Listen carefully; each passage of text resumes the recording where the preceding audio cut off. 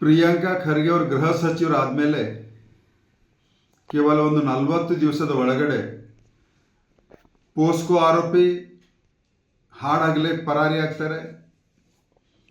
ಬೇರೆ ಬೇರೆ ಕೊಲೆ ಆರೋಪಿಗಳು ಒಂದೇ ದಿವಸಕ್ಕೆ ಮೂವರು ಕಲಬುರಗಿ ಜೈಲಿನಿಂದ ಪರಾರಿ ಆಗ್ತಾರೆ. ಹಾಗಾದರೆ ಗೃಹ ಸಚಿವರೇ ನಿಮ್ಮ ಸ್ವಂತ ಜಿಲ್ಲೆಯಲ್ಲಿಯೇ ನಿಮ್ಮ ಆಡಳಿತದ ಕಾರ್ಯವೈಖರಿ ಸ್ಪಷ್ಟವಾಗಿ ರಾಜ್ಯದ ಜನತೆಗೆ ಅಷ್ಟೇ ಅಲ್ಲ, ರಾಷ್ಟ್ರದ ಜನತೆ ಕೂಡ ನೋಡ್ತಾ ಇದ್ದಾರೆ.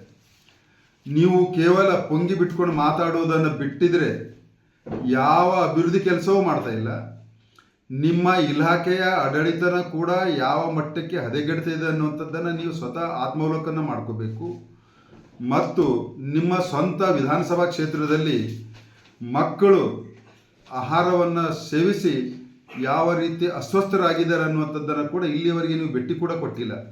ಅಂದರೆ ನಿಮಗೆ ಮಕ್ಕಳ ಕಾಳಜಿ ಆಗಲಿ, ಜನರ ಕಾಳಜಿ ಆಗಲಿ ಎಷ್ಟು ಮಟ್ಟಿಗೆ ಇದೆ ಅನ್ನುವಂಥದ್ದನ್ನು ನಿಮ್ಮ ಗೃಹ ಇಲಾಖೆಯಿಂದ ಮತ್ತು ನಿಮ್ಮ ಕ್ಷೇತ್ರದಲ್ಲಿಯೇ ನಿಮಗೆ ಕೈಗನ್ನಡಿಯಾಗಿ ಸ್ಪಷ್ಟವಾಗಿ ಕಾಣ್ತಾ ಇದೆ. ಮೊದಲು ನಿಮ್ಮ ಇಲಾಖೆ, ನಿಮ್ಮ ಕ್ಷೇತ್ರ ಸುಧಾರಿಸಿಕೊಂಡು ಇನ್ನಿತರ ವಿಷಯಗಳನ್ನು ಚರ್ಚೆ ಮಾಡಿದರೆ ಒಳ್ಳೆಯದಾಗ್ತದೆ. ಮಾತು ಕಡಿಮೆ ಮಾಡಿ ಕೆಲಸ ಜಾಸ್ತಿ ಮಾಡಿ. ಇವಾಗ ಏನಾಗಿದೆ ಅಂದರೆ ಬರೀ ಮಾತು ಜಾಸ್ತಿ ಆಗಿದೆ, ಕೆಲಸ ಏನೂ ಆಗಿಲ್ಲ.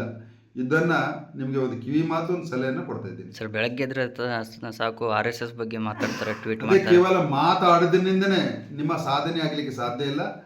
ನೀವು ಇವತ್ತು ಜವಾಬ್ದಾರಿ ಸ್ಥಾನದಲ್ಲಿದ್ದರೆ ನಿಮ್ಮ ಆಡಳಿತ ಚುರುಕು ಮುಟ್ಟಿಸಿ ಒಳ್ಳೆ ಆಡಳಿತವನ್ನು ಕೊಟ್ಟು ನಿಮ್ಮ ಕೆಲಸ ಮಾತಾಡಬೇಕು ಹೊರತಾಗಿ ನೀವು ಮಾತಾಡಬಾರ್ದು ಅನ್ನುವಂಥದ್ದನ್ನು